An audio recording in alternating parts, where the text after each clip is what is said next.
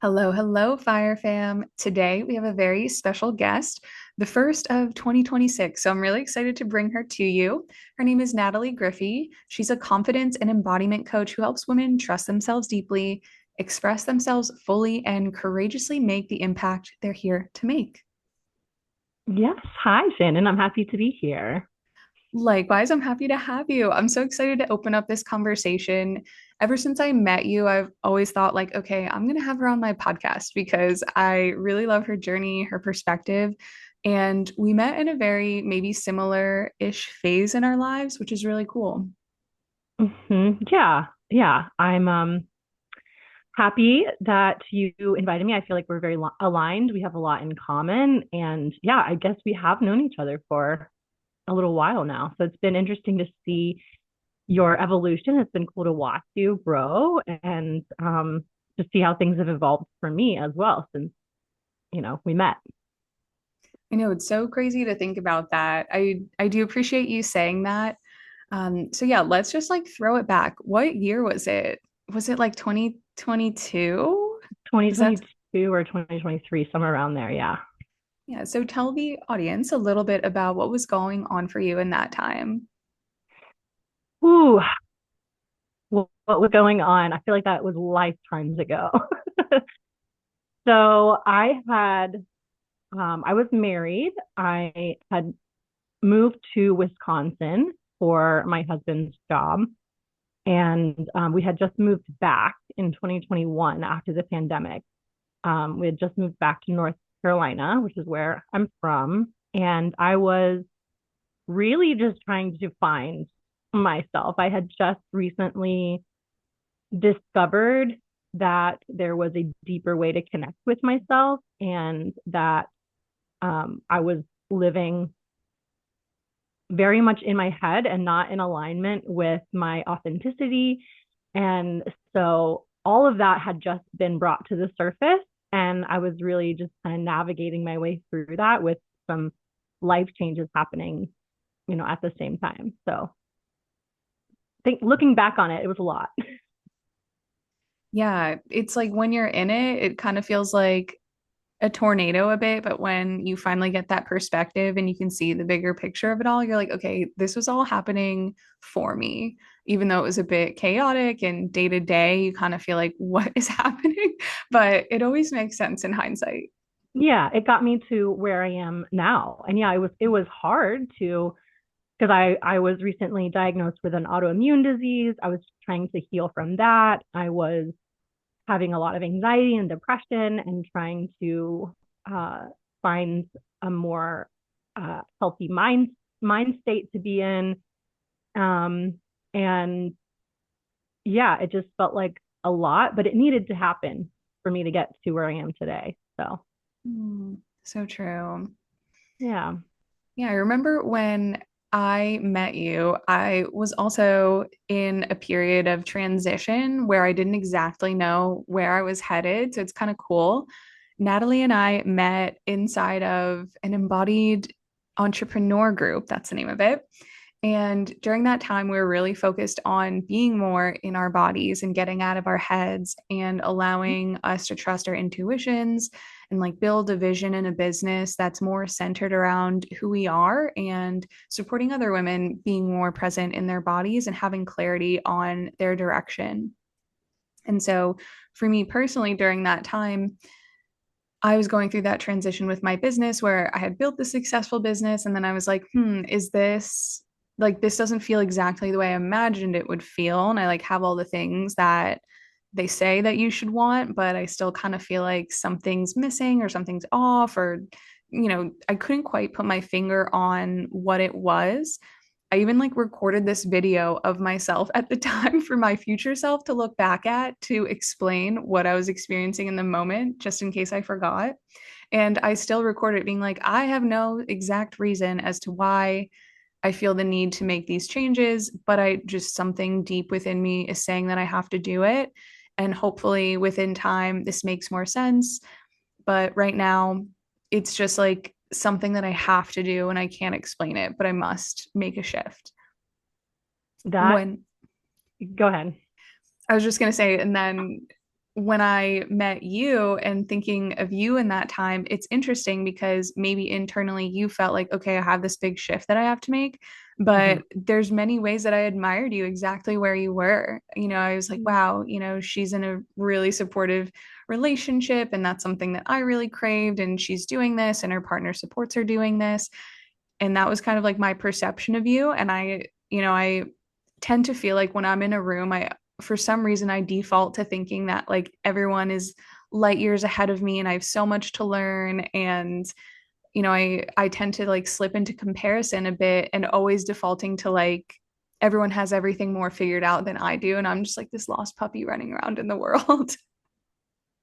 Yeah, that's so human to hear. Like I mean, it's good to hear because I still struggle with that today. I still, compare myself, find myself comparing and look at other women and I think, why am I not further ahead? And so it's I think it's just something that everybody can relate to. So I'm glad that you shared that. And yeah, you were in this phase of you built a lot and you were looking to see, does this still feel aligned for me? And I was in the place where I was like, what am I going to build?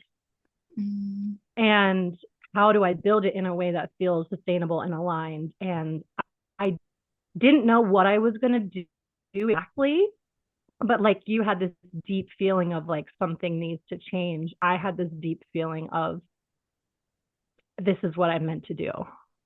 And I don't know exactly what it looks like yet, but I need to be sharing my story and I need to be learning and teaching others in the process. I literally got chills as you said that, like full body chills. Aw. Um, that feels so true to me when you say that. And like, I really feel that you, like, especially seeing the work that you do now, again, 4 years later, it's like, this makes so much sense why you were exactly where you were and learning the things that you were trying to learn because it plays so beautifully into the work that I've been seeing you post recently, which like your videos look so good, the pictures and the photo shoots you do. I'm like, literally goddess. I love it so much. Aw, thank you. Thanks. Yeah, it's been really fun to just really lean into the vision and allow myself to just go there and be supported in going there. It's funny you mentioned that when we first met and we were in that group together, it seems like I had all this support and I had it all together. And meanwhile, like my marriage was falling apart. Mm. And my husband was not, really supportive of what I was doing. And it just I felt very lost. So we really never know what people are going through.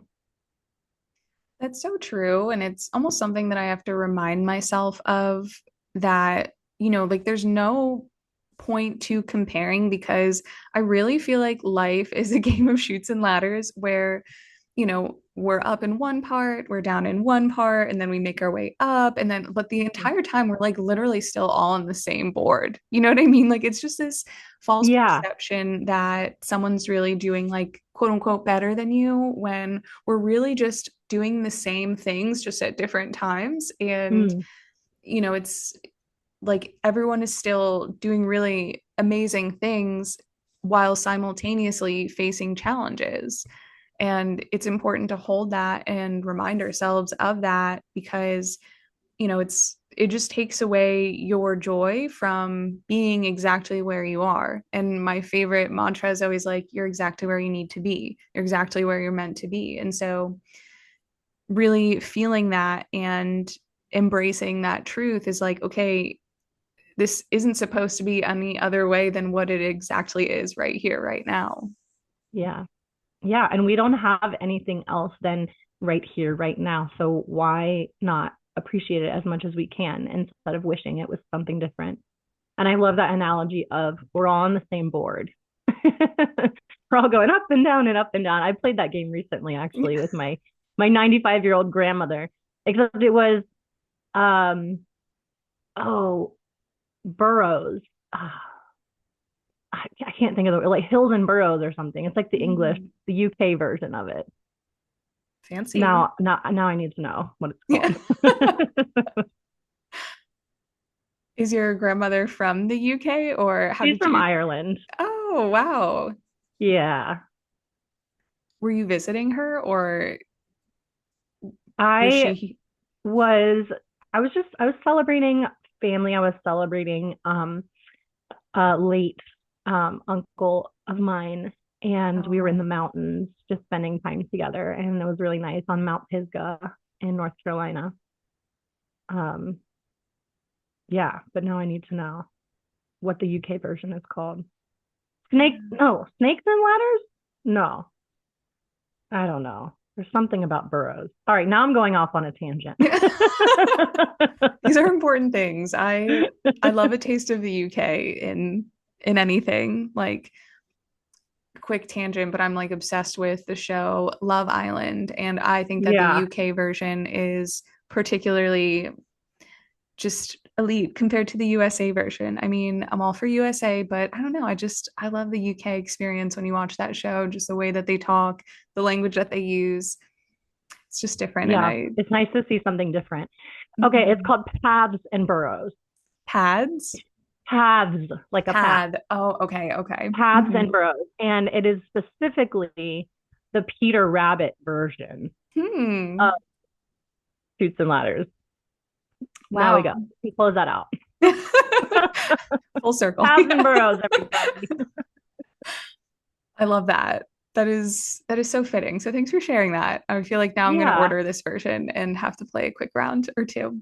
But yeah, we're all just, we have our highs, we have our lows, and it makes no sense to compare ourselves to other people when we're in what we might consider to be a low. Like we're still moving forward, we're still enjoying the ride, we're still playing the game, you know? So yeah, I like that analogy. We're all on the same board. Yeah. What would you say was, or like maybe if there were multiple methods that you really use to help ground yourself during a time where a lot of things were changing or you were hoping for change in certain areas? Yes. Because between 2018 and like 2022, like kind of around the time that we met, there was a lot of change.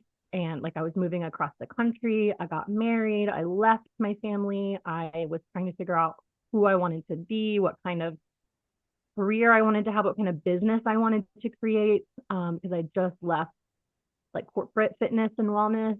Um, and so I would say the most helpful grounding techniques for me were breath work, meditation, and embodiment practices.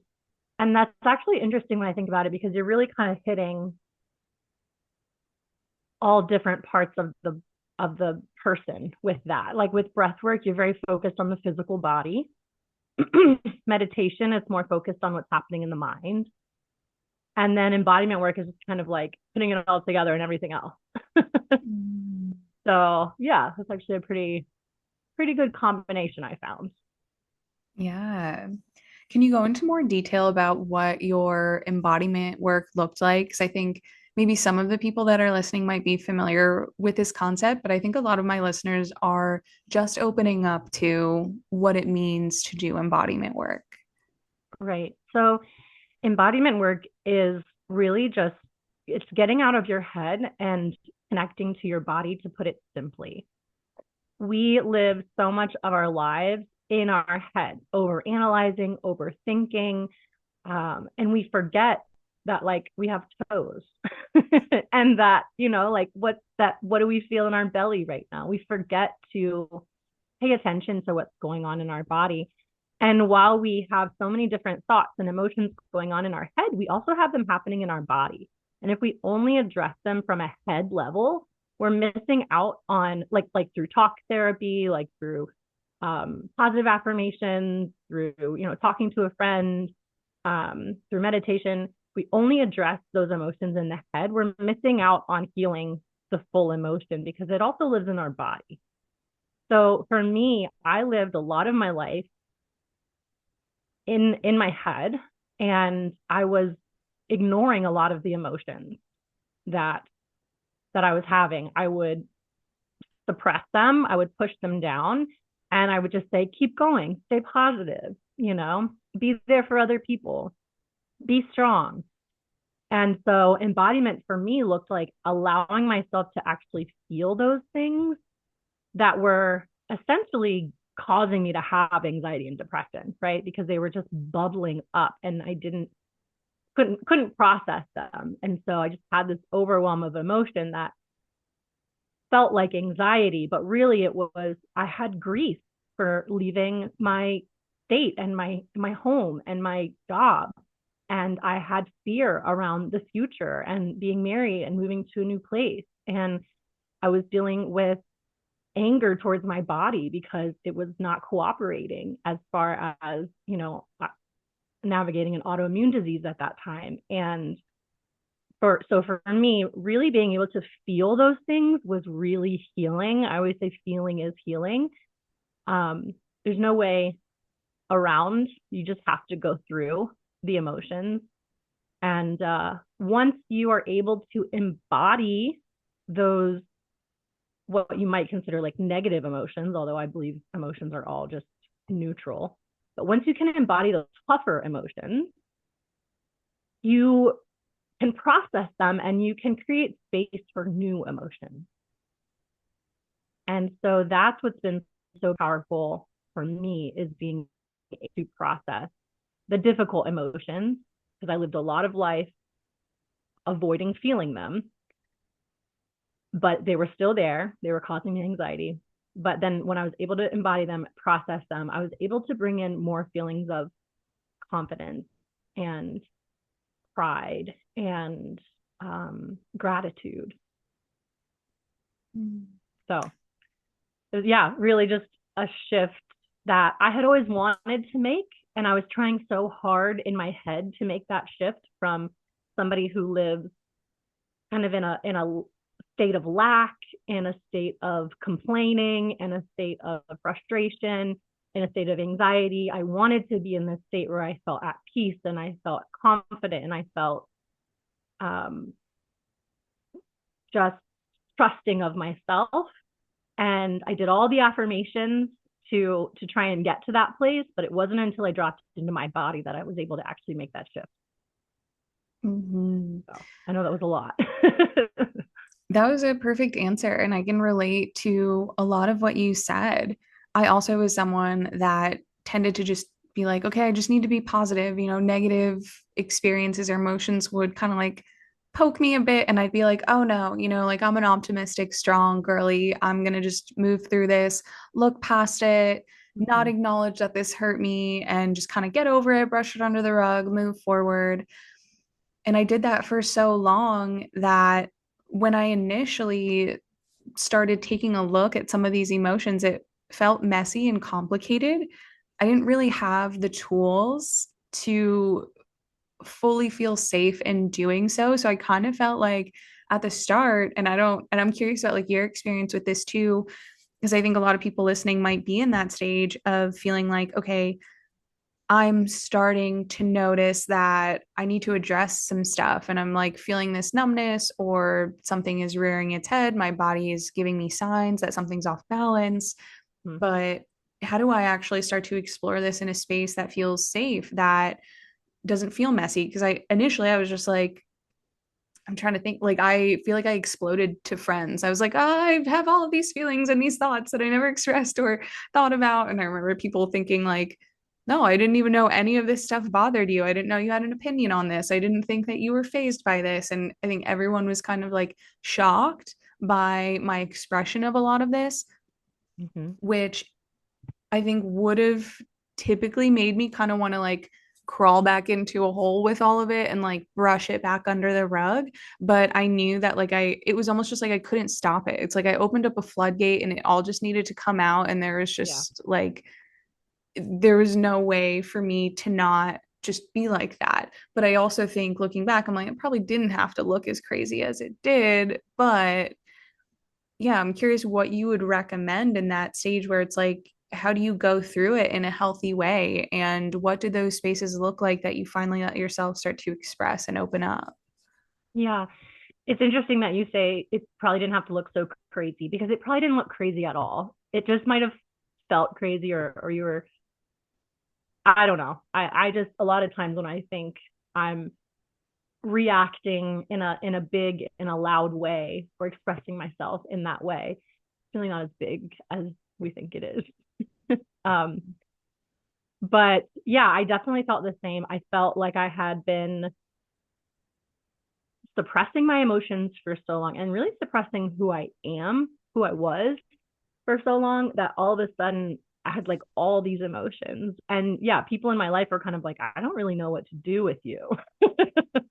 Like, I don't know how to respond to this because you're not usually like this. But for me, in order to even get to that place of being able to feel my emotions more fully, I really needed a safe space. And I didn't know how to create that. And I didn't really know how to guide myself through that or um, really how to get in touch with those emotions. I know now and I guide other people through it. But at the time, it's like you don't know what you don't know. And I needed somebody to create the space to say it's okay to feel because I'd never had that before.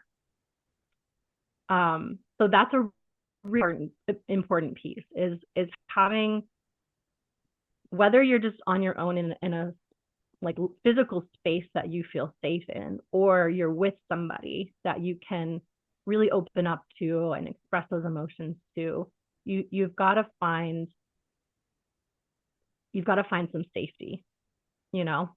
And so yeah, nervous system work, like breath work, was really helpful for me in calming my body and allowing me to access those deeper emotions. Um, a lot of meditation, visualization. Um, yeah, because the first step really is awareness. You have to be aware of what's happening in there. Like, what are the emotions? You know, because a lot of times we walk around, we're like, no, I don't really have any emotions. I work with women all the time, and I'll be like, they'll say, I don't really feel angry. And I'm like, but think about it. Think about it. Is there anything in your life you could feel angry about? And they're like, okay, yeah.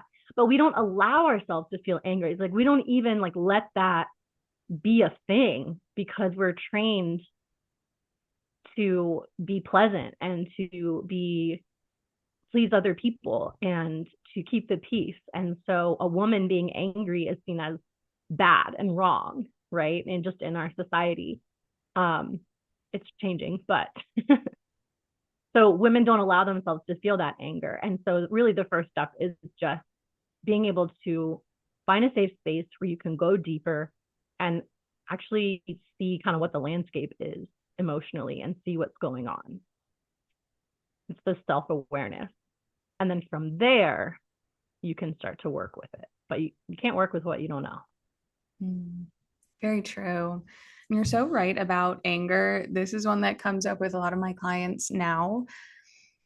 A lot of times, you're exactly right. Like, we don't even let ourselves be angry, even though we have every right to experience that emotion, just the way we are going to inevitably experience every other emotion in the human spectrum. Like, life is about experiencing all of these emotions, and it's our human brain that determines, like, oh, this is a good one to feel, or this is a bad one to feel. Mm-hmm. And so we have to stop judging whatever comes up because that's what initially blocks it. It's like, okay, I shouldn't feel this emotion because I'm going to be a polite woman, a proper woman, a good friend, a good partner. And therefore, that means I don't acknowledge that. But that's not true. And it's really hard to unlearn that because we're conditioned for most of the years of our lives. We're conditioned to believe this is how we show up. These are the things that we do. This is the way that we're supposed to feel. This is how we treat other people. And it feels almost wrong to start to tap into it, where you're right. It's almost like you almost have to meet someone or read something online or explore something that shows you that, hey, there actually is something a little bit different about how you can exist as a human so that you are happier, so that you feel more at peace. And to do that, it does require you feeling things that we might have not necessarily felt safe or comfortable or thought were socially appropriate to tap into. Yeah, for sure. And as you were speaking, I was thinking about the inner child, Mm-hmm. and that is something that was really helpful for me to tap into those emotions, was accessing this younger version of me. Um, and I see it with my clients as well. They don't even realize that there's pain there until they connect with the inner child, with their inner child. And because a lot of the things that we're carrying in our adulthood are things from childhood that were never resolved. And so when you can connect with that version of you from that time, you're going to feel, yeah, things are going to come up. Things are going to come up that you might not have known were there. So that's a good way to connect with some of these like stored emotions as well. Mm-hmm.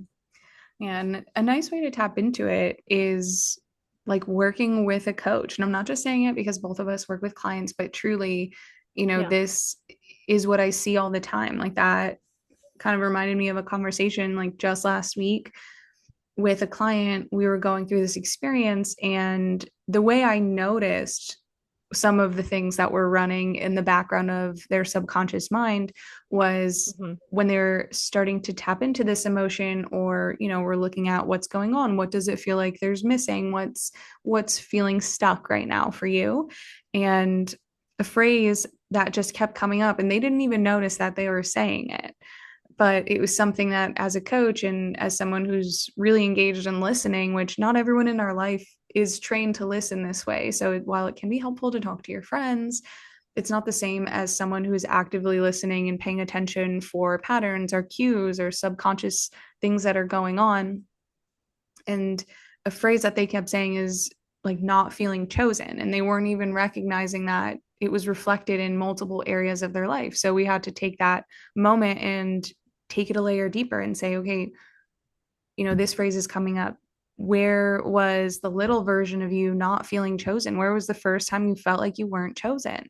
And initially, especially with adults, there's kind of like this block around acknowledging or thinking about it in terms of the child version of you. We try to intellectualize it. We try to use these big phrases, or we think of it in adult terms. But it's like, no, no, think smaller. Like the smallest version of Mm-hmm. you didn't need to like go see a therapist and determine what you are diagnosed with. No, the smallest version of you just wanted to play. You wanted your parents' attention.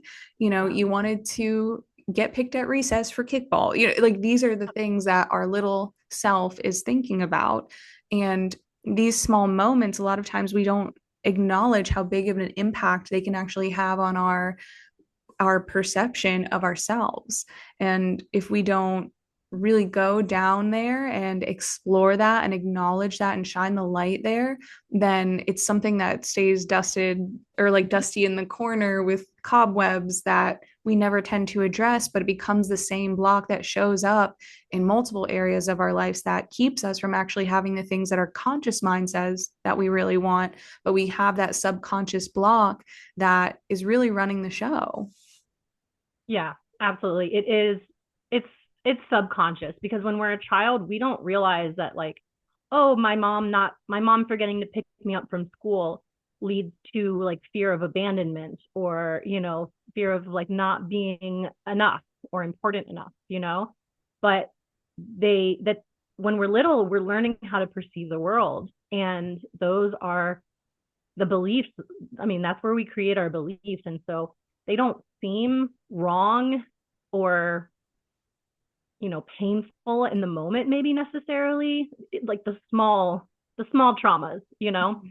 But they have an impact and they stay with you. And that's why, like you said, it is really helpful to have a coach, a therapist, a safe space where you can go into that subconscious, right? Whether that's through breath work, meditation, embodiment work, other kinds of modalities. But um, yeah, finding that safe space is important to tap into that subconscious. Agreed. Yeah. So now, what does the journey look like for one of your clients when you're working on something like confidence and self-expression? Can you hear the dog? No, no, I can't hear it at all. Okay, good. Because I was like, do I need to go address that? Okay, your question was, what does it look like when I'm working with clients on Yeah. confidence and Yeah. So you're self-expression? like, these are some of the things that you talked about with like inner child stuff. But when someone's coming to you and they're like, I want to be more confident in my body, use that Yeah, as an example. Maybe they yeah, want to get on stage, be a performer, something like that. Where does that journey start for you? yeah. So, like I mentioned, like it started for me, and like I believe it starts for everybody. It starts with the self-awareness, right? So, what is blocking the confidence essentially? So I believe that we were all born confident. If you think about children, if you think about toddlers, they say what they want, they do what they want, they wear what they want, they fall down, they get back up. They're not like, oh, I'm gonna be ashamed now and go hide in a corner. Like, they are confident and they express themselves fully. And I feel we learn these things that cover up our confidence and mask our confidence, like people pleasing, perfectionism, overthinking, shame, all these things. And so identifying what are blocks. Is it the overthinking? And then, yeah, starting with what are the patterns that you're seeing? What are the behaviors that you're seeing repeated? And then going a little bit deeper into what are the thoughts that are causing those behaviors, right? So if you're having trouble being consistent showing up on social media or something, okay, that's the behavior. Then we go into the thought behind it. What is and what is the belief behind not that's preventing you from showing up consistently? And so we just kind of go deeper and deeper from behavioral, physical, mental, emotional until we get to the root of what's blocking the way that you are showing up, blocking you from showing up the way you want to show up. So yeah, so that's where it starts. It starts with the self-awareness for sure. Mhm. Yeah, overthinking, I think, is really common. So, if someone is a chronic overthinker, what would you recommend for them to do? A chronic overthinker, yeah, it's very common. And I will say it is not something that I am an expert in like not being an overthinker, but I dropping into the body, right? Because when we're overthinking, we're in our head. So being able to get out of your head, what do you feel in your body physically right now? Can you feel your feet on the ground? Can you feel your chest expand and deflate as you breathe? Can you feel sensations? What do you smell? What do you taste? Right. So really like tuning into your senses is a nice way to just start. That's a simple way to start, not overthinking. Um, but and of course like embodiment practices to get you out of your head. um, but then if you really want to get to the root of why you're overthinking, we are overthinking because we're afraid of something. We're afraid that we're going to fail, or we're afraid that we're not good enough. And so we're thinking so hard to protect ourselves, to think of every possible outcome that could happen so that we're prepared. um, yeah. And if you really want to address that, you got to get down to the fear. What are you really afraid of? Why are you overthinking? Are you afraid that what you're doing isn't enough? And if so, let's fix that. Let's work on that. Yeah. And so the next step after the awareness is really it's acceptance. It's acceptance and compassion. Mhm. Yeah. A lot of times when people realize, oh, I have these insecurities or I have these patterns that are preventing me from achieving my goals, they start to feel a sense of shame around, well, why am I like this? Why can't I just get over it? I know what I need to do. Why can't I just do it? And those kinds of self-shaming thoughts are really what are just going to keep you stuck and in that same place. So the next step after self-awareness is really learning to meet yourself where you are, accept what is, have compassion for the version of you that you are in this moment, and get curious about, what she needs and how she can move forward. Mhm. A really big block that comes up for a lot of people is that piece of self-acceptance, especially when I'm seeing people for nutrition specifically or whatever they're trying to shift in their life. There's a fear that if they accept what is true right now, it means that they'll never change. Mm-hmm. So, what would you say to someone if they're saying this to you? You can accept yourself for who you are today and still have aspirations. They can exist together. Just because you have aspirations doesn't mean you can't love and accept who you are in this version of you. And just because you love and accept this version of you doesn't mean you can't strive for more. So I think just opening our mind in that way of just knowing that they can both coexist. I can be grateful for who I am today, for how far I've come. I think that's important too, is looking at where are you today? What have you already overcome? Instead of looking at all the things that are wrong with you or the things you don't like about where you are, think about where you were, right? And have gratitude for how far you've come, and just know that that growth is going to just keep moving forward. It's going to keep happening. And you're going to get to a place where, again, you're going to feel grateful for where you are again, for all the growth.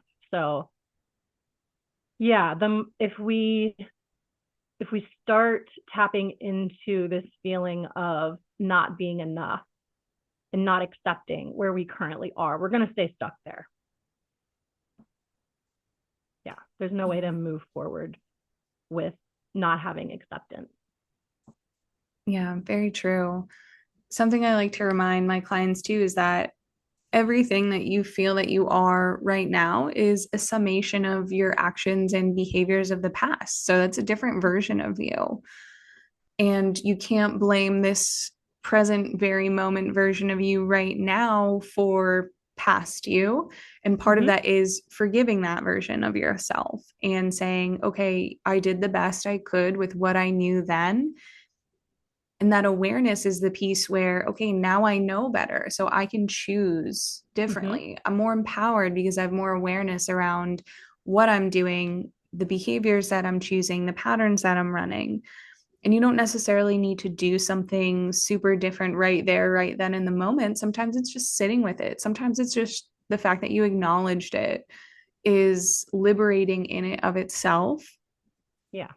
And I love the piece that you talked about with two things being true at once. Like I have a whole handout or like packet, I should really say, on dialectic thinking, which is all around that, where it's like, okay, this is true and this is true. And kind of bringing those two truths together so that we can actually see where these two truths have common ground because they both are serving some kind of purpose, and Absolutely. there's inevitably an overlap between these parts that we kind of feel like are actually in conflict internally. And so Yeah. as long as that conflict is happening, that's where that internal dialogue can also come from of like, these different parts of me are arguing, but at the end of the day, they're both arguing for my safety and my protection. And so, how can I actually get them on the same team so that I can move forward instead of just being like in tug of war and just getting stuck in the same place? Yeah. Yeah. That's a beautiful, beautiful thing to, you described that beautifully, as that tug of war is what keeps you stuck, right? If both sides, you've got resistance on both sides, nothing's going to move.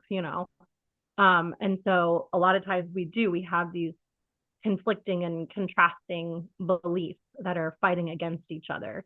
Um, for example, when I was first diagnosed with ulcerative colitis, there was a part of me that wanted to heal. It had been maybe like a year or two into it. There was a part of me that wanted to heal, but there was also a part of me that didn't want to heal because I didn't know who I would be if I was healed. I had kind of adopted this identity of being like an autoimmune warrior, a spoonie, and I was following all these accounts and I was following the diet and I was doing the low impact exercise and things to reduce inflammation. And I was kind of afraid, I didn't realize it, but I was afraid of losing that part of my identity and having to face the unknown of who I was without that. So yeah, unknowingly I had two beliefs conflicting with each other, two desires. One, I wanted to heal, and one, I don't know if I who I'll be if I heal. Mhm. So yeah, so being able to get curious and um, have compassion for the fears that are present, and like you said, try and get those two emotions on the same page, um, is yeah, that's really important, really powerful. Mhm. That part's really hard because on the surface, it's like we can't even really imagine why we wouldn't just want this specific goal of healing, or maybe for some people just like being more confident, or changing your health habits and stuff like this. And it's like, what part of my curiosity is like, what got you to that point where you realized, or like what was the tool that you used to recognize, like, oh my gosh, like there's a part of me that still actually wants this that I never noticed or can't understand. I think it was a combination of journaling and embodiment work. Um, because with journaling, you can really get to kind of the root of your conscious belief. And with embodiment work, you can take it a step further. And you got to just ask the questions. That's where journaling comes in handy, is asking the right questions. And, working with a coach or somehow obtaining those questions. Because again, like I said, we don't know what we don't know. But being able to go deeper and deeper through journaling and embodiment work to discover, what am I actually afraid of? What's really preventing my healing? And it takes time. It's not like the answer pops up all of a sudden. But the more that you connect with yourself and the more that you get to know yourself and get to know your emotional landscape, the easier it is for you to identify, wow, there's a fear that's keeping me stuck, you know? Mm-hmm. Yeah, journaling I think is really powerful, and it's something that I feel like a lot of us could benefit. I feel like everyone could benefit from, because it's creating the space to open up that conversation with yourself, which most people don't do because of the way that life is structured. It's like we're so busy, we fill our lives with things. And oftentimes, when we're feeling any type of discomfort, we tend to fill our space with things that we think might entertain us. For a perfect example of maybe like a very average person's week, or a normal person's week. I don't know exactly how to phrase it, but like we'll typically like have a week where we work 9 to 5, and then after work we come home, we make dinner, and then we watch a show, we unwind, and then we wake up the next day, do the same thing. Maybe we throw in like some workouts here and there, and we're in this pattern, but there's never actually a moment where we even start that conversation to see what is going on in the background. And when we talk to friends, it can often be that surface level stuff of like complaining Mm-hmm. about the day to day, getting caught up in some gossip What's or happening some. this weekend? How's the Mhm. weather? Yeah. Yeah. And so we never actually create the space to be like, okay, I'm going to sit down and let what wants to come through. We're very controlled in how we let ourselves think or how we let ourselves move. Or again, oftentimes it is just being like, okay, if you just blocked off 10 minutes and just sat there with your thoughts, Mm-hmm. things would come up. But we don't Mm-hmm. do that because we're filling that space with using our phone or Mm-hmm. some type of distraction tool or squeezing in another quick task or doing something that actually disconnects us from our body, like numbing out on something like a food, a drink, a show, whatever it might be. And that in and of itself is like, okay, the answers are there. They're not somewhere far away from you. They're all right there asking to be seen and noticed. And it's all in the act of creating the space for it to come through. Otherwise, it really can't. Absolutely. Yeah. And that's what I was saying about creating that safe space, right? Whether you're creating it for yourself, where you're finding a physical place where you feel safe that you can just sit and be. Maybe you put on some music, maybe not. Maybe you just sit and breathe, maybe move a little bit. But yeah, creating that um, daily practice of just checking in with yourself and asking, what am I feeling underneath the surface? Mm-hmm. Something I tried around this was what if I just showed up to journal every single day and I'm going to journal a full page, whether I'm feeling this way or that way or whatever's going on. I said, like, I'm just going to do this for 30 days consecutively and just see what comes up. And initially, there's resistance of like, what am I going to write about? Like, do I need a prompt? But I was like, you know what? No, I actually really trust that I'm just going to start writing and things will show up.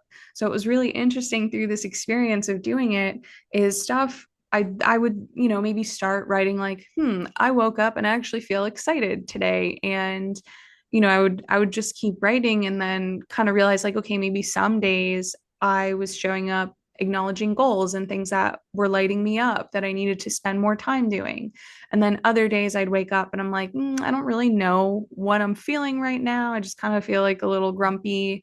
I'm waking up. I would like, Blah. yeah. Mm-hmm. And it's like most days I would notice that I feel blah, but I didn't really look at like, well, why do I feel blah? What's really running in the background? And, sure, I look at the basic things of like, did I sleep well? Did I do this? Like really simple things that are maybe more obvious than some other things could be. And then through this process, I started to uncover a lot that I didn't even realize that I was thinking about. And this was a time where I felt really confused in my direction and what I was doing with my career and like how I wanted to show up and what I wanted my public image to be. And I was like, you know what? There's something that I'm not seeing because I've been having these thoughts for like a couple of years. So, like, what the heck? I've thought a lot. I've done a lot of different practices. I've done all of these programs. Why am I still feeling confused? And it was really through this process that I uncovered what was making me feel so confused. And it really wasn't confusion. It was actually like this self doubt. Mm-hmm. This whole time I told myself it was not knowing what to do, but it really was me not believing that I could do what I felt like I wanted to do, like what my dreams actually were. It You was knew what like, you wanted to do. It was mm-hmm, this conflicting belief of, I don't know if I'm capable. yeah, but it wasn't really obvious to me that It's that's what I not was conscious. thinking. Yeah, it's not conscious. Yeah, of course. Mm-hmm. Yeah, and that's, I mean, it's so good to, that's what you have to uncover. And whether that's through journaling, like that's a beautiful way, especially when you just set the time to make yourself journal and, or, set the intention of journaling and maybe you don't even know what you're going to say. That's when the really good stuff comes up because you're like, well, I Yes. have to write something. And then you start thinking a little bit harder and feeling a little bit more deeply, and then the stuff comes up. But for some people, maybe it's not writing. You have to find your thing. Maybe it's movement. Maybe it's dancing that gets you out of your head and into your body and into your subconscious and your emotions. Maybe it's running or something. Everybody has a different way to access and to meet themselves, but it's that's an important thing to do is just, can you meet yourself? Can you check in with yourself on a deeper level and see what's going Mm-hmm. on? So beautiful and so true. emotions can even come up during times like that. And this is something from teaching yoga that I would always encourage people to lean into, because they might do a class and for some reason they start crying or they start laughing by the time shavasana comes around, and they're like, what is going on? Like, where is this coming from? Like, I wasn't thinking about anything, and then suddenly I felt this surge of emotions. And Mm-hmm. it's through that movement and through being like really in your body and through that bit of presence and focusing on your breath and connecting your mind to your body that things and emotions like can get released. Emotions are energy in motion. And so that is a time where things can come to the surface that our conscious mind tends to block through the rest of the day when we're more stagnant, not really moving. But those moments where we're doing all of those things, it comes up. Or like during massages, that's another common one, like you said, Mm-hmm. during a run. And I think that's an important piece of it, because sometimes we have to bypass the mind to get to what the body is really feeling and trying to communicate. And it's not Yeah. always language that we experience that through. Yeah. And our mind is so good at, like you said, distracting us from those emotions and thinking our way through them and rationalizing them that you have to really bypass and somehow get out of that mindfulness, that overthinking, and drop into like what is really true. Mm-hmm. This conversation is so, so good. I feel like so much lighter just by having this conversation and talking about these things, because sometimes I'm like talking about this stuff and some of my friends like don't fully like they hear me but they don't like agree sometimes of like really leaning into some of these thoughts. So like it feels really nice to be able to have this conversation and have someone be like, yeah, like this is totally true and I support people through this and you're not alone. So thank you for that. Yeah, I absolutely get it. It's good for me to good for me to talk about it too, you know. Everybody has these patterns. They're protective mechanisms that our brain does in order to prevent us from all kinds of things.